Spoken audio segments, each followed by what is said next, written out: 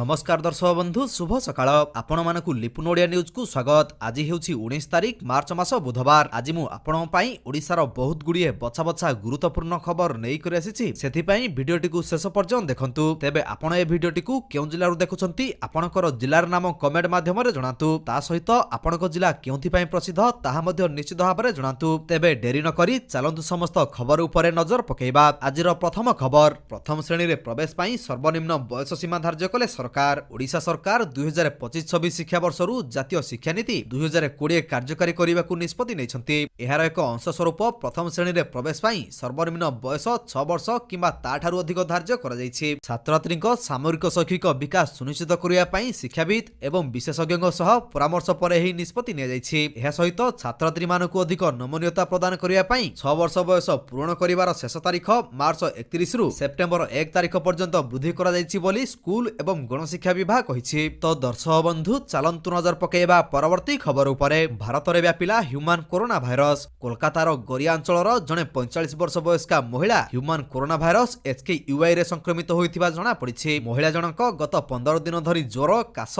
एवं ठंडा अभियोग करथिले। परे तांकु एक घरोई डाक्तरखाना रे भर्ती करा जायछि। तेबे तांको अवस्था स्थिर थिबा डाक्तर माने कहिसंती। तेबे human corona virus HKUI beta corona virus परिवार रो जने सदस्य, जेउथिरे SARS एवं MERS जीवाणु अंतर्भुक्त रहिछि। तो दर्शक बंधु चलंतु नजर पकेइबा परवर्ती खबर उपरे। 24 रु 2 दिनिया बैंक धर्मघट, 4 दिन मिलिबनी बैंक सेवा। United Forum of Bank Unions पक्षरु चलित मास 24 और 25 रे 2 दिनिया धर्मघट डाकरा दिया जायछि। शनिवार और रविवार को मिसाइले लगातार 4 दिन बैंक बंद रहिबो। देशव्यापी हेउथिबा एही आंदोलन रे राज्यर 6000 शाखा एवं 37000 कर्मचारी शामिल हेबे। 9 दफा दाबी रे बैंक संघगुड़िक धर्मघट को ओल्हाउथिबा सूचना मिलिछि। तो दर्शक बंधु चलंतु नजर पकेइबा परवर्ती खबर उपरे। आसुछि बड़ वर्षा, एही सब जिल्ला रे प्रबल छेचिबो। वार्निंग जारी कला पाणीपाग विभाग। खूब शीघ्र आसुछि काल बैसाखी, एहार प्रभाव रे राज्य रे कमिबो ताती। आश्वस्त हेबे राज्यवासी। गुरुचा बलय सांगकु ट्रप लाइन प्रभाव रे आसंदा 20 रु 26 तारिख पर्यंत राज्यर विभिन्न जिल्ला रे घड़घड़ी सह वर्षा हेबार संभावना रहिछि। एनै पाणीपाग विभाग पक्षरु सूचना दिया जायछि। पाणीपाग विभाग मुताबक 20 रु 22 तारिख जाय काल बैसाखीर अधिक प्रभाव देखिबाकू मिलिबो। ओडिशा उपकूलस्थ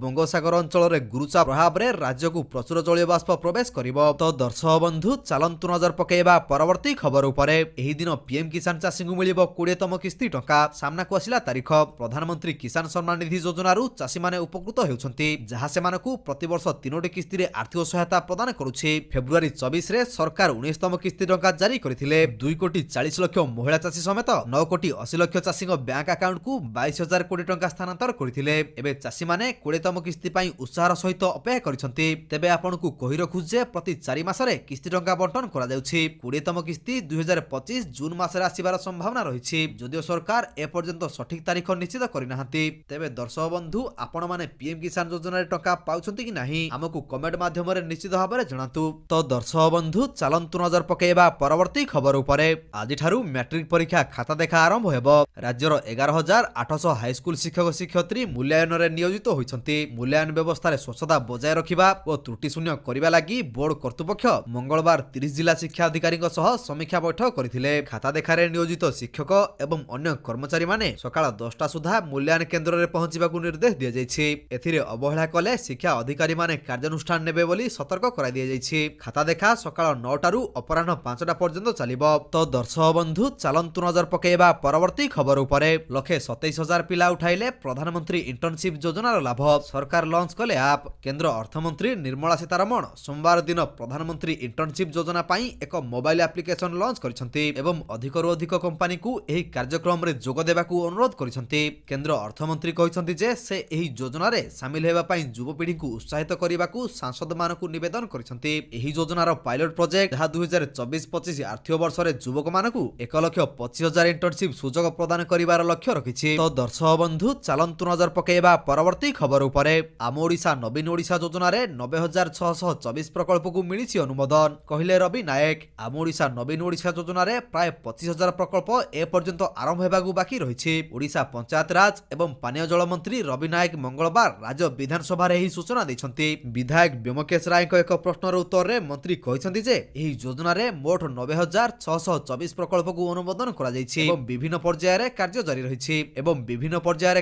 रहिछि। एथि मध्यरु प्राय 42,000 प्रकल्प संपूर्ण बाकी बाकी रही। एथिमध्यरु प्राय 42,000 प्रकल्प संपूर्ण होईछि जेतेबेले प्राय 25,000 आरंभ हेबाकु बाकी रही। तो दर्शक बंधु चलंतु नजर पकेइबा परवर्ती खबर उपरे। ग्रीष्म प्रवाह मुकाबिला पाई मुख्यमंत्री मोहन माझी जरूरकालीन प्रस्तुति बैठक डाकिछन्ति। राज्यर ग्रीष्म प्रवाह को नै आज संध्यारे समीक्षा बैठक करिवे। केमिति हिट वेव को मुकाबिला करा जाई परिबो सेथिपई रणनीति चूड़ांत हेबो। उपस्थित रहिबे विपर्यय परिचालना मंत्री सह पाणीपाग विज्ञानी और वरिष्ठ अधिकारी। संध्या 5टारे लोकसेवा भवन रे एही बैठक बसिबो। पूर्वरु प्रस्तुतिर समीक्षा करथिले राजस्व मंत्री सुरेश पुजारी। तो दर्शक बंधु चलंतु नजर पकेइबा परवर्ती खबर उपरे। महानदी अववाहिकार निर्माण हेबो 7टी ब्यारेज। पंचायत राज मंत्री सूचना। विधानसभा रे पंचायत राज मंत्री रवि नायक देले बड़ सूचना। उपरमुंडरु अधिक पानी आसियो बोली से कहिसंती। पंचायत राज मंत्री रवि नायक आहुरी मध्ये कहिसंती जे एनै छत्तीसगढ़ सरकारक सह आलोचना होईछि। तेबे खूब शीघ्र एही 7टी ब्यारेज निर्माण करा जियो बोली से कहिसंती। तो दर्शक बंधु चलंतु नजर पकेइबा परवर्ती खबर उपरे। पंचायत राज मंत्री बड़ बयान। एणिकी पानीय जल प्रकल्प काम ठिका कंपानी विलंब कले नियाजिबो कार्यानुष्ठान। संगे संगे हेबो एफआईआर। राज्य रे चलिथिबा मेगा पानीय जल प्रकल्प को नै गृह रे उद्वेग प्रकाश पाइछि। प्रकल्प धीमा गति रे चालुथिबा कही केबे प्रति घर को पाइप जोगे पानी पहुंचियो बोली प्रश्न करिथिले बीजेडी विधायक रमेश बेहरा। उत्तर रे पानीय जल समस्या को नै उद्वेग प्रकाश करिया सह धीमा हेबार कारण कही पूर्व सरकार को टार्गेट करिसंती पंचायत राज मंत्री। तो दर्शक बंधु चलंतु नजर पकेइबा परवर्ती खबर उपरे। गाजा रे एयर स्ट्राइक 300 रु अधिक लोकंग मृत्यु।